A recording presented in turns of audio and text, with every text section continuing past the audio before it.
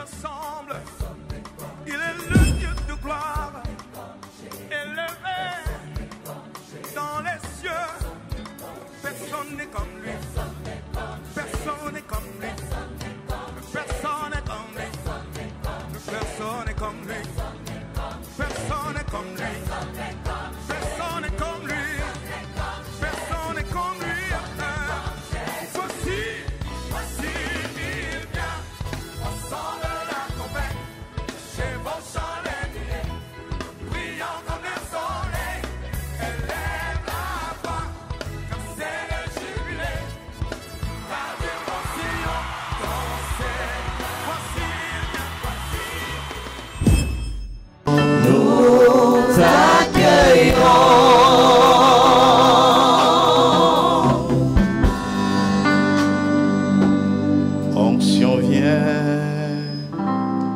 Onction vient, Nous t'accueillons, Saint-Esprit au milieu de nous. nous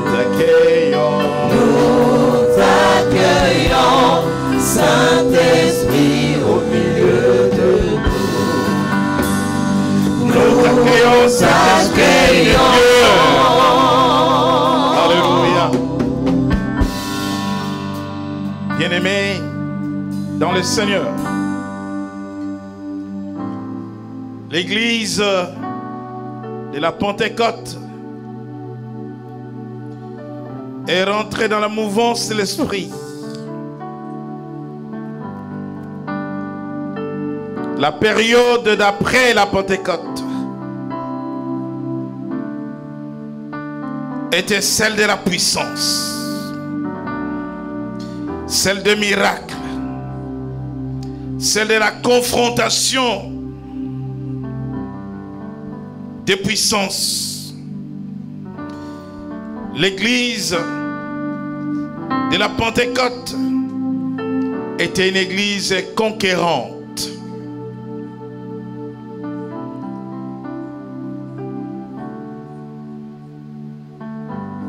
Les apôtres sont sortis pour gagner des territoires pour Jésus. Et nous voulons être cette église. Cette église, la Pentecôte. Et c'est là tout simplement parce que quelque chose les accompagnait.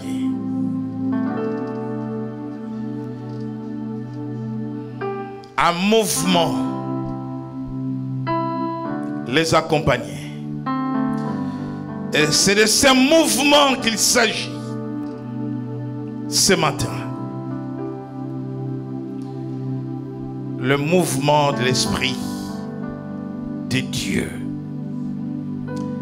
Un mouvement les accompagnait.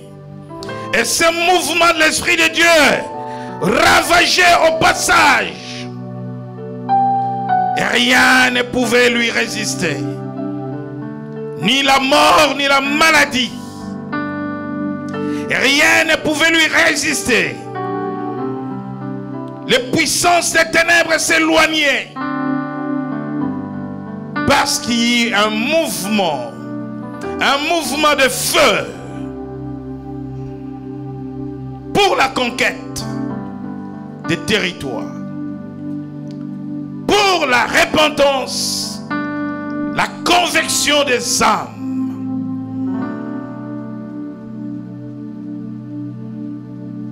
Et nous voulons aujourd'hui que le mouvement de l'Esprit de Dieu nous accompagne. Que le mouvement de l'Esprit de Dieu agisse en nous, dans l'Église, dans le monde. Parce que ce mouvement est venu.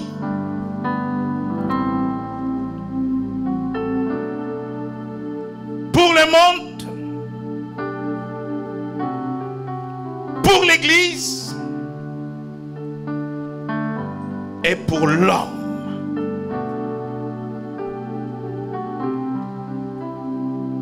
Ce mouvement va nous accompagner.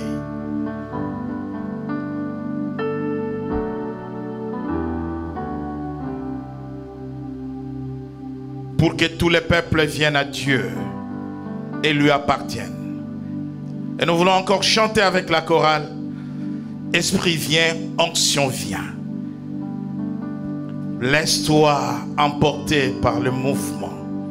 Je peux vous dire que ce mouvement est là pour nous entraîner. Et sur toi, Esprit vient. Esprit vient, Esprit vient, nous t'accueillons, Saint-Esprit au milieu de nous. Nous t'accueillons,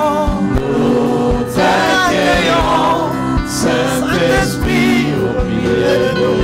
Nous t'accueillons, nous t'accueillons.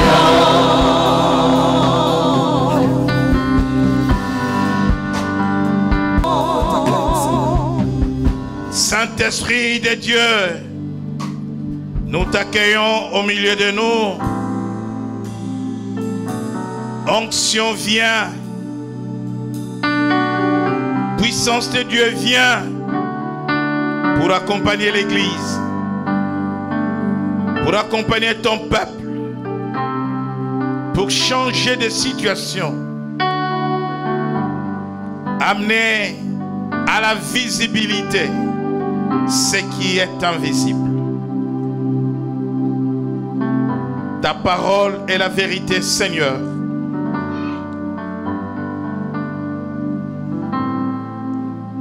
Vous connaîtrez la vérité et la vérité vous rendra libre. Dans le nom de Jésus. Amen. Amen. Amen.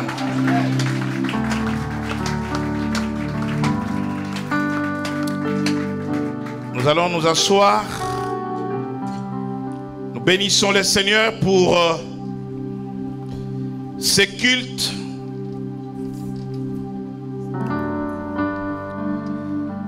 Nous voulons faire les choses dans l'ordre de Dieu. Vous savez qu'après la Pentecôte, les apôtres sont rentrés en action. Quelqu'un dit action.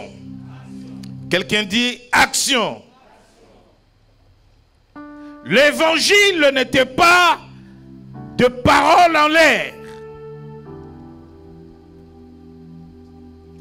L'évangile n'était pas de discours en l'air. Mais par la bouche des apôtres, Dieu touchait le cœur de ceux qui entendaient la parole de Dieu. La Bible dit que le jour de la Pentecôte, ils eurent les cœurs touchés par le mets des apôtres.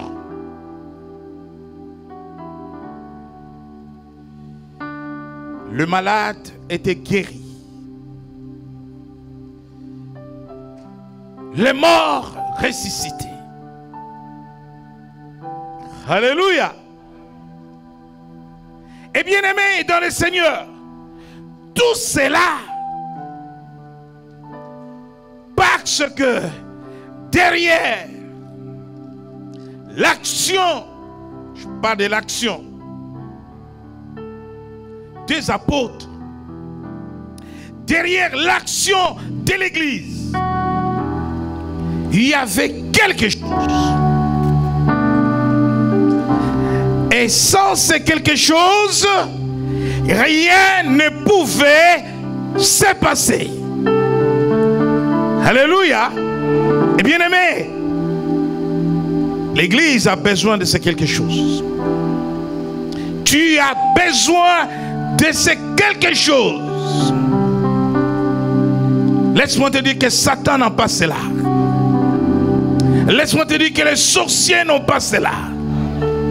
Laisse-moi te dire que les magiciens n'ont pas cela. Mais j'ai cela, tu as cela, l'église a cela. Seuls ceux qui appartiennent à Dieu ont cela, cette chose-là dont nous allons parler. Amen.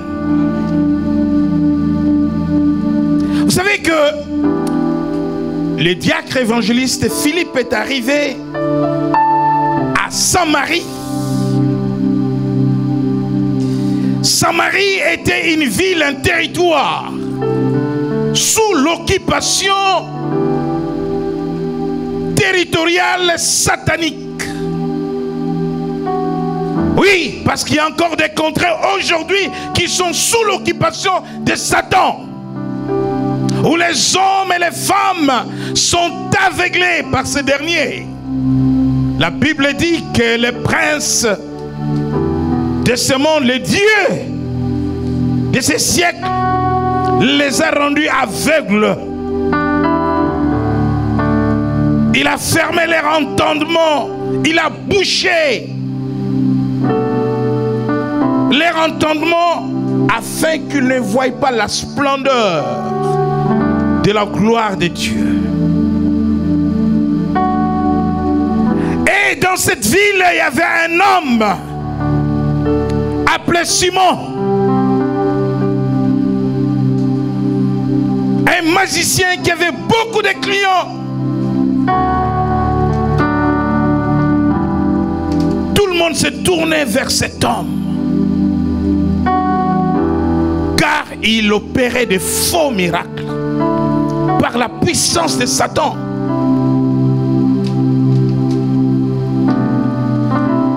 Mais il n'avait pas ce que les apôtres avaient reçu. Pour preuve, il va s'infiltrer. Il va même recevoir le baptême. Son problème n'était pas de recevoir Christ, mais de recevoir la chose.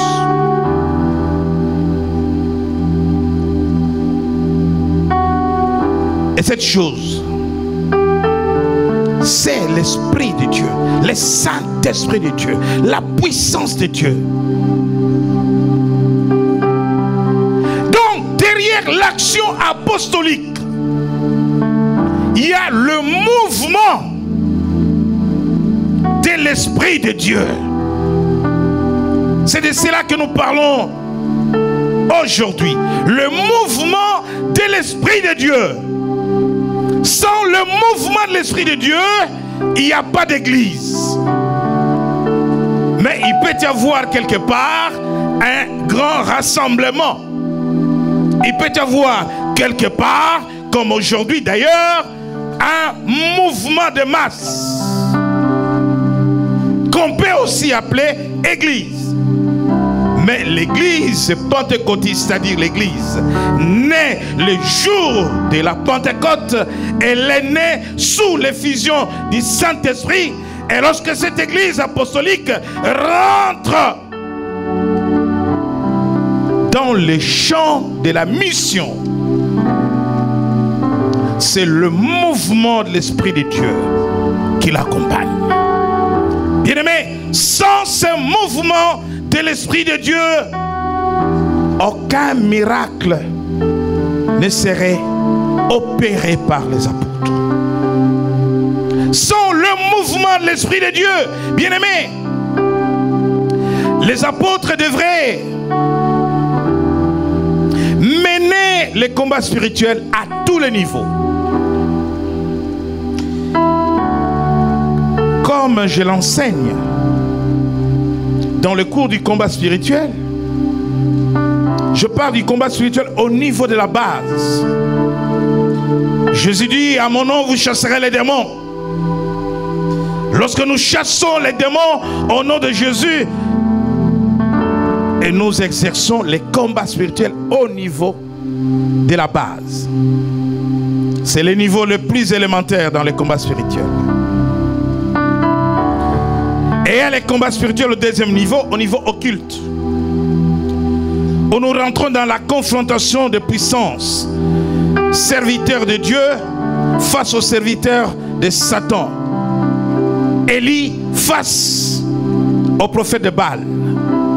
C'est les combats spirituels au niveau occulte. Et au niveau cosmique, dans l'hiver, vous avez les combats de Daniel contre les principautés,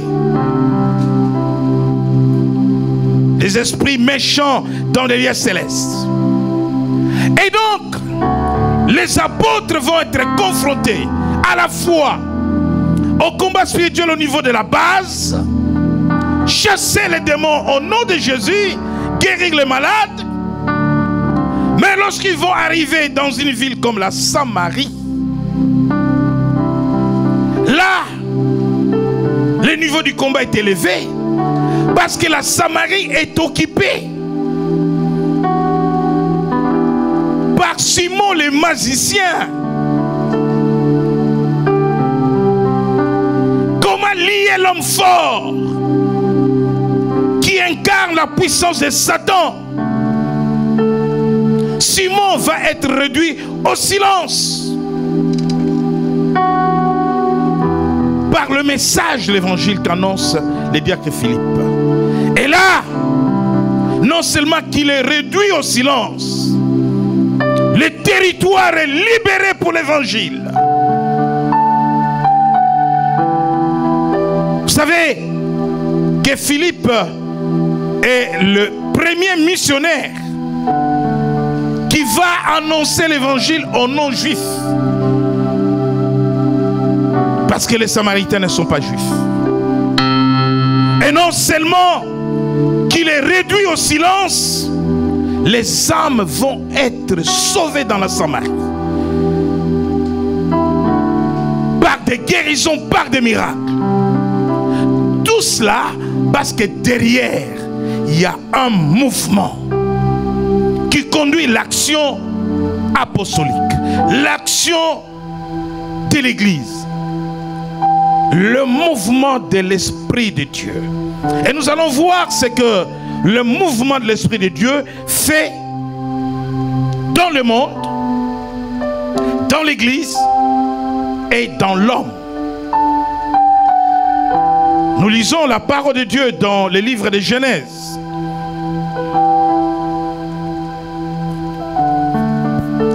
Dans le livre de Genèse, au chapitre 1er,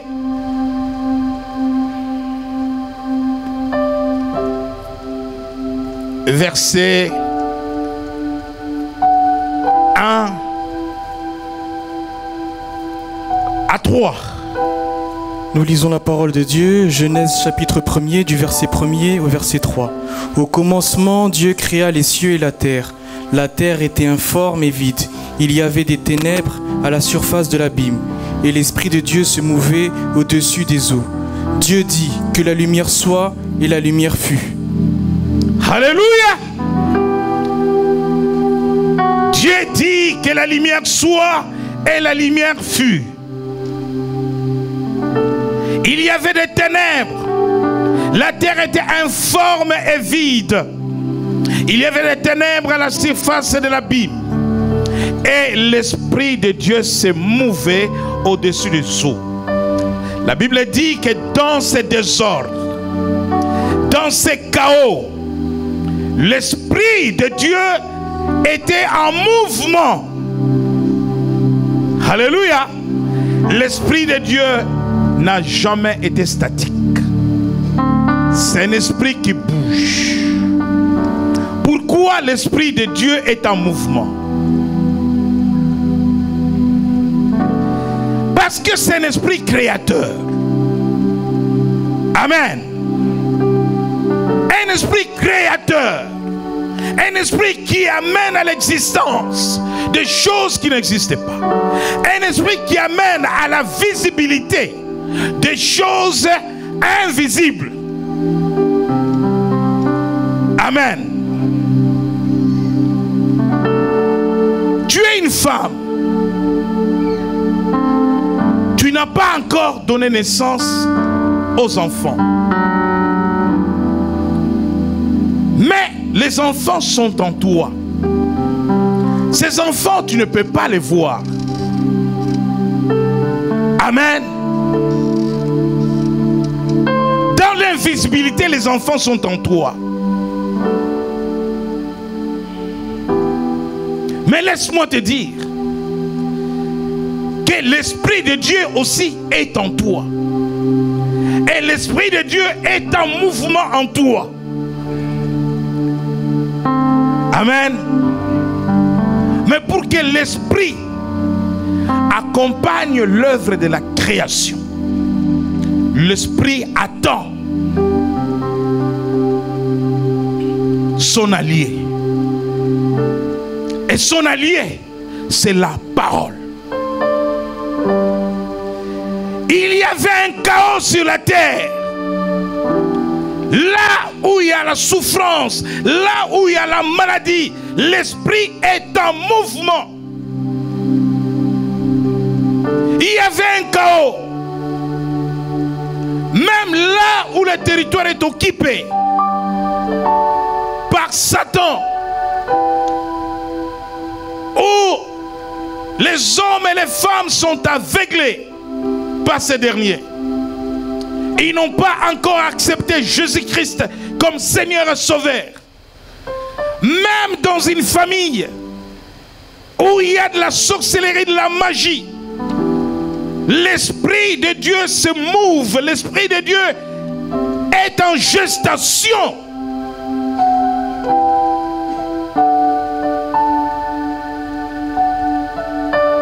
Mais l'Esprit attend son allié intervenir. Donc nous voyons qu'ici, l'Esprit de Dieu s'est mouvé. L'Esprit de Dieu était en mouvement. Il a suffi que Dieu parle. Que la lumière soit. Et la lumière fut. Lorsque nous lisons dans les Actes des Apôtres, au chapitre 8, nous voyons que la Samarie était un territoire satanisé. Mais l'Esprit de Dieu s'est mouvé. L'Esprit attendait son allié.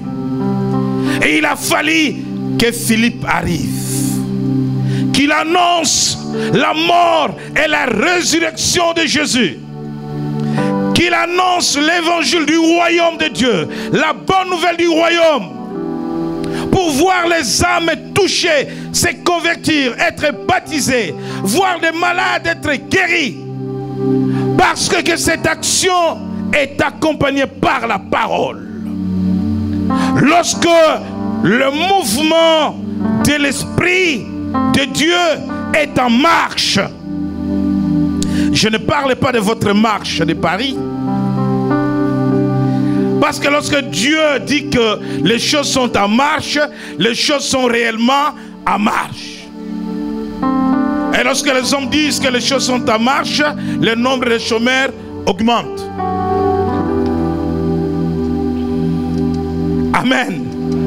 Lorsque les hommes disent que les changements c'est maintenant, c'est autre chose que les changements. Alléluia. Mais lorsque Dieu dit que les changements c'est maintenant les changements. Si tu es malade, tu es guéri. Si tu es pauvre, tu deviens riche. Le mouvement de l'Esprit accompagnait les apôtres. En Samarie, le mouvement de l'Esprit était là. Mais le mouvement de l'Esprit attendait un homme qui vienne proclamer l'évangile, un homme qui vienne parler. Dans ta famille, le mouvement de l'Esprit est là. Le mouvement de l'Esprit de Dieu est là. Dans ta vie, le mouvement de l'Esprit est là. Dans ta souffrance, dans tes problèmes, le mouvement de l'Esprit est là. Mais le mouvement de l'Esprit attend seulement que tu confesses. La Bible dit que c'est en confessant de la bouche qu'on parvient au salut. Le salut, c'est la guérison. Le salut, c'est la délivrance. Les choses de Dieu sont tellement ordonnées. La terre était informe et vide. Il y avait des ténèbres. Les règnes des ténèbres. La gouvernance des ténèbres. Mais l'Esprit de Dieu s'est mouvé. Bien-aimé, l'Esprit de Dieu attendait le moment de la déclaration, de la proclamation de la parole. Voilà pourquoi quand je parle à quelqu'un, je sors une parole de ma bouche, je crois que la chose s'accomplit. Parce qu'au travers de cette parole vient à la rencontre de l'Esprit qui est en toi. Même si toi tu l'ignores, mais moi je sais que l'Esprit de Dieu est en toi.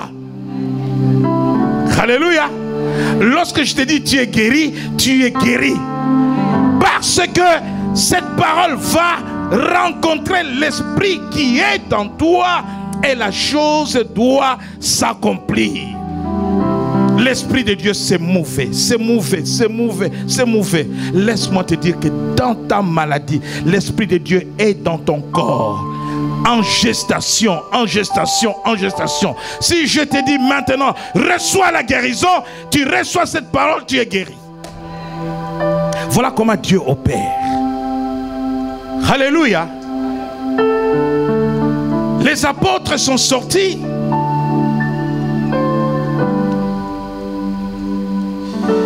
Pierre et Jean, ils vont se rendre au temple. Actes des apôtres chapitre 3.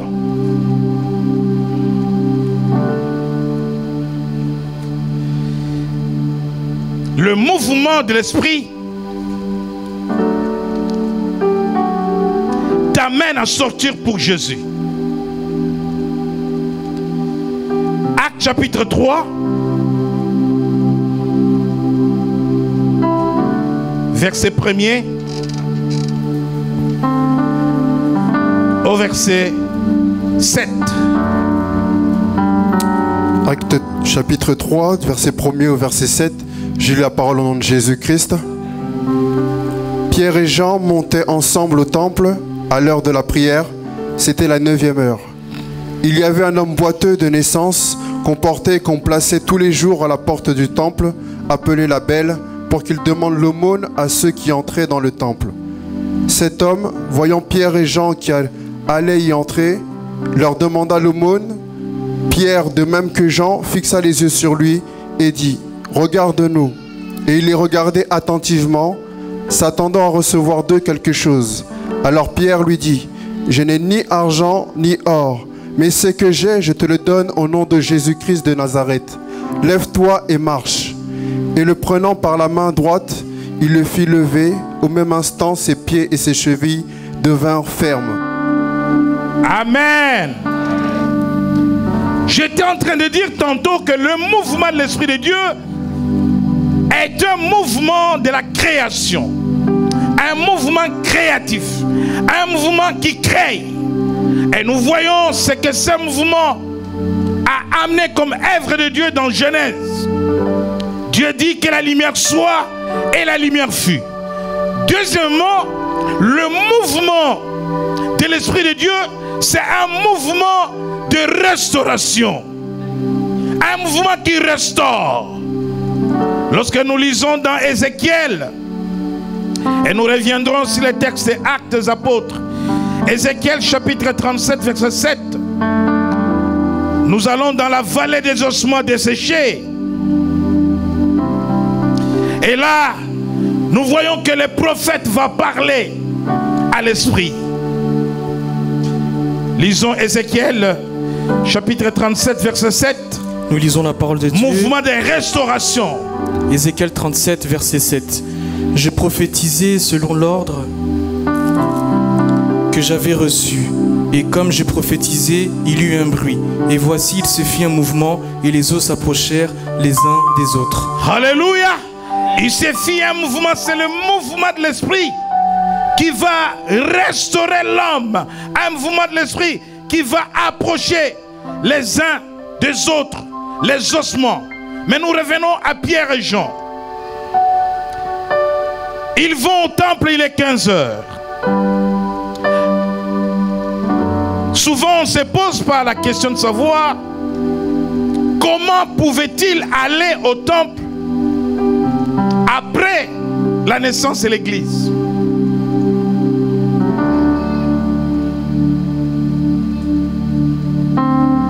Parce que le temple était bâti sur les rites du judaïsme.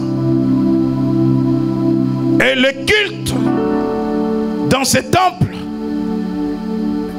ne devait pas amener les apôtres à continuer après la résurrection de Jésus, après que nous soyons entrés dans le temps de la grâce. Mais laissez-moi vous dire que nous sommes dans une période de transition. Parce qu'il ne faut pas oublier que dans l'histoire des religions, le christianisme est né du judaïsme. Nous sommes dans une période de transition où la rupture entre le judaïsme et la nouvelle foi en Jésus, le christianisme n'est pas facile. Et dans cette période, les apôtres, ils vont continuer à aller au temple. Normalement, ils ne devaient plus continuer à aller au temple. Parce que la célébration du culte au temple, c'est la célébration du judaïsme qui n'a rien à voir avec la foi en Jésus-Christ. Mais avant que l'église des maisons commence, parce que tout est parti des églises de maison après la Pentecôte, les apôtres continuaient pendant cette période de transition à aller au temple. Alors là, ils vont au temple pour 15 heures. À 15 heures, c'est l'heure où on va offrir l'offrande du soir. Ils vont arriver devant une porte et là, il y a une personne paralytique. La Bible dit, la personne est née comme cela. Amen. Et cette personne, on l'amenait là pour quémander de l'argent. Et tout le temps, cette personne était là. Laissez-moi vous dire que plusieurs fois, les apôtres passaient devant cette porte. Mais jamais ils avaient osé s'intéresser de cette personne. Mais ce jour-là, parce que le mouvement de l'esprit était derrière eux. Alléluia. Bien-aimé, lorsque le mouvement de l'esprit est derrière toi, cela augmente ta foi. Tu peux te permettre tout. Le miracle est possible. Parce que ce n'est pas toi qui agis. C'est ce que beaucoup de serviteurs ne comprennent pas. Vous savez qu'il y a des gens qui prêchent l'évangile, mais qui ont peur de parler des miracles. Qui ont peur de parler de la délivrance. Qui ont peur de parler de la guérison. Alléluia.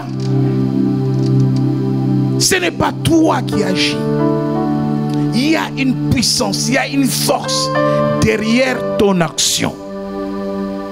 Toi, aie seulement le courage de parler. Alléluia.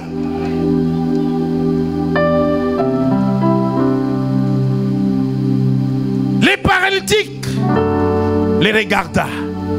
Il a tendu la main, comme d'habitude. Lorsque Pierre dit, je n'ai ni argent ni or, cela ne voudrait pas dire que Pierre n'avait rien sur lui. Amen.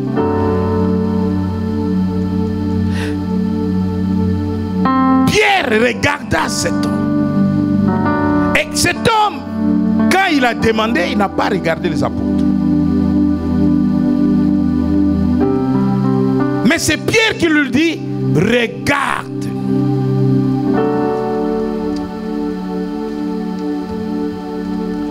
Amen. Regarde-nous. Je n'ai ni or, ni argent. L'homme demanda l'argent et Pierre lui donna les pieds. Alléluia. Alléluia. Dieu donne au-delà de ce que nous pensons et de ce que nous demandons. Tu demandes un enfant. Non. Arrête de dire ne serait-ce qu'un. Dis des enfants. Parce qu'il t'en donnera 12. Alléluia. 12.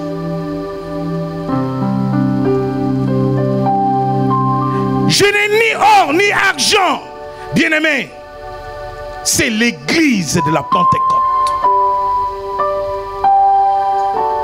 Les apôtres sont porteurs d'un autre message. Un message d'une dimension de puissance. Ce que j'ai, je te le donne au nom de Jésus de Nazareth. Lève-toi et marche. La mendicité était devenue un boulot, un job.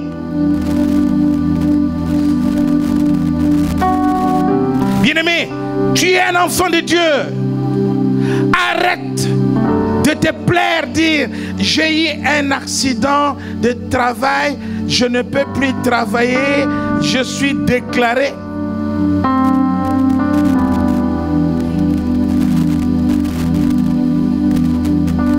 Tu dois cesser de contempler les aides. Ce que Pierre a voulu faire, c'est de guérir cet homme pour le sortir des aides, de l'assistanat, de la mendicité, afin que cet homme soit libre, autonome, travaille, gagne sa vie. Et c'est là où le mouvement de l'Esprit de Dieu fait amener quelqu'un.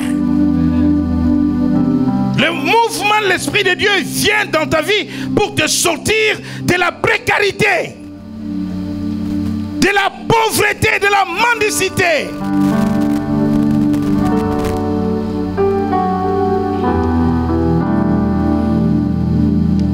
Amen.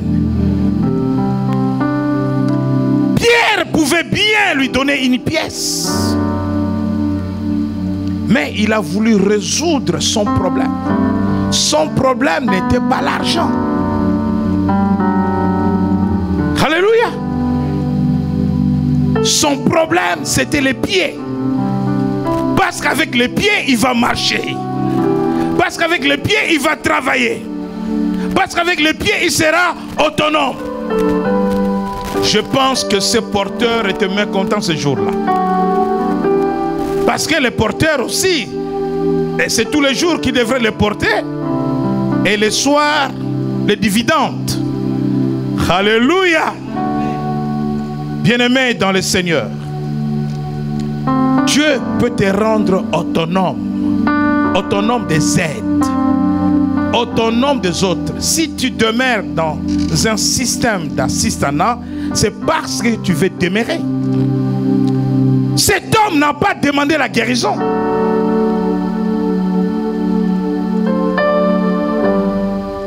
Cet homme entendait parler des apôtres qui faisaient des miracles. Bartimée a demandé la guérison, mais cet homme n'a pas demandé la guérison. Il a demandé de l'argent. Des fois, tu demandes des choses dont tu n'as même pas besoin. Alléluia. Des fois, tu demandes des petites choses.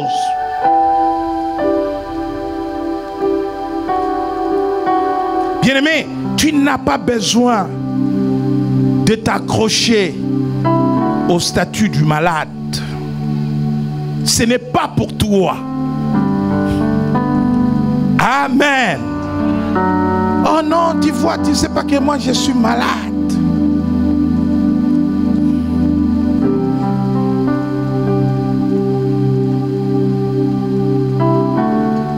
Des fois, quand une femme est malade, elle fait en sorte que son mari la traite ainsi comme une malade.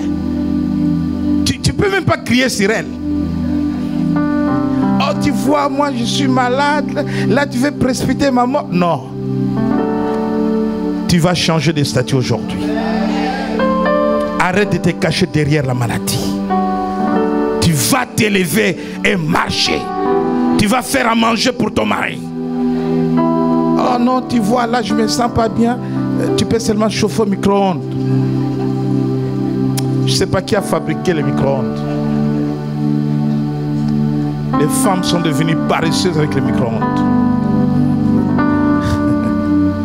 Alléluia. Alléluia. Tu ne vas pas te contenter de la médiocrité. Tu vas sortir de la médiocrité. Tu ne vas pas te contenter de la précarité. Oh, tu vois, je ne peux pas donner à Dieu parce que je ne gagne pas grand-chose. Tu ne gagnes pas grand-chose parce que tu ne veux pas gagner grand-chose. Le jour où tu vas décider de donner à Dieu, tu vas gagner beaucoup. Oui, Dieu sait que tu n'aimes pas gagner grand-chose. Et il ne faut pas se contenter de la médiocrité. Il ne faut pas se glorifier de la médiocrité, de la précarité. Il n'y a rien qui soit cher pour toi. Tu peux tout acheter. Alléluia. Dis à celui qui est à tes côtés, tu peux tout acheter. Pierre a voulu dire au paralytique que cette situation doit changer aujourd'hui. Il faut que tu te lèves et que tu marches. Plus jamais on va te porter comme un bébé. Depuis ta naissance, on te porte, on vient, on te dépose. Tu prends l'argent. Le soir, on vient, on te porte, on te ramène. Aujourd'hui, ça doit changer. Tout cela parce que le mouvement de l'Esprit de Dieu, bien-aimé, lorsque le mouvement de l'Esprit de Dieu agit en toi, quelque chose doit changer. Parce que ce n'est pas par ta force. Il dit, ce n'est ni par la puissance, ni par la force, mais par mon esprit. Par l'Esprit de Dieu, tu peux tout. Par l'Esprit de Dieu, tu peux arriver là où les autres ne sont pas arrivés. Alléluia. Je veux que tu réalises que cet esprit est en toi. Je veux que tu réalises que cet esprit est en mouvement. Je veux que tu réalises que cet esprit restaure, un esprit de restauration. Cet homme qui est né paralytique ce jour-là s'est levé. La Bible dit qu'il s'est mis à sauter, à glorifier Dieu. Alléluia.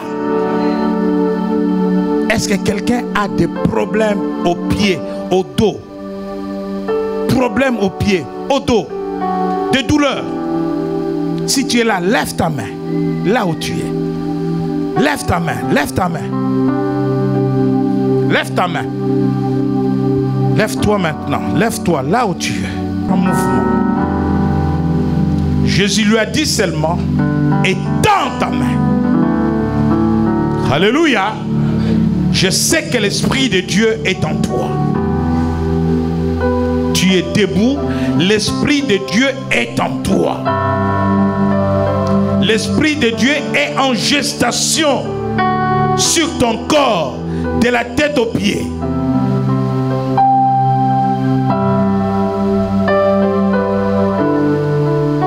Maintenant, l'Esprit attend une déclaration. Et cette déclaration, Dieu dit, j'agrée je confirme la parole de mon serviteur. Ce que vous lierez sur la terre sera lié au ciel. Ce que vous délierez sur la terre sera délié au ciel. Si tu n'es pas debout, ferme tes yeux maintenant. Ou incline ta tête.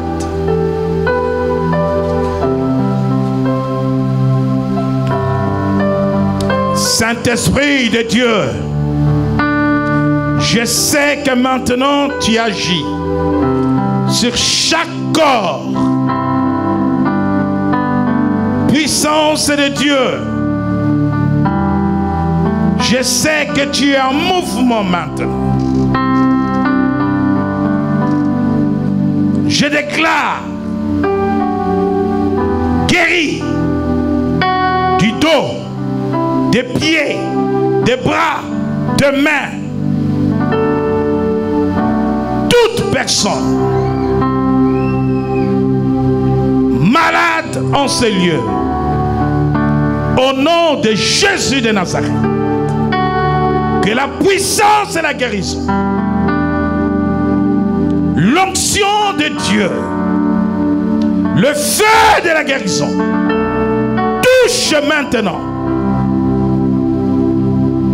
chaque corps malade. Je brise toute puissance d'infirmité. Esprit d'infirmité, sors de corps, sors de corps, sors de corps, au nom de Jésus. Libère de vie, au nom de Jésus. Libère de vie, au nom de Jésus. Maintenant, pose ta main, la main droite, sur la partie de ton corps où tu ne peux pas faire de mouvement, où tu sens la douleur. Alléluia.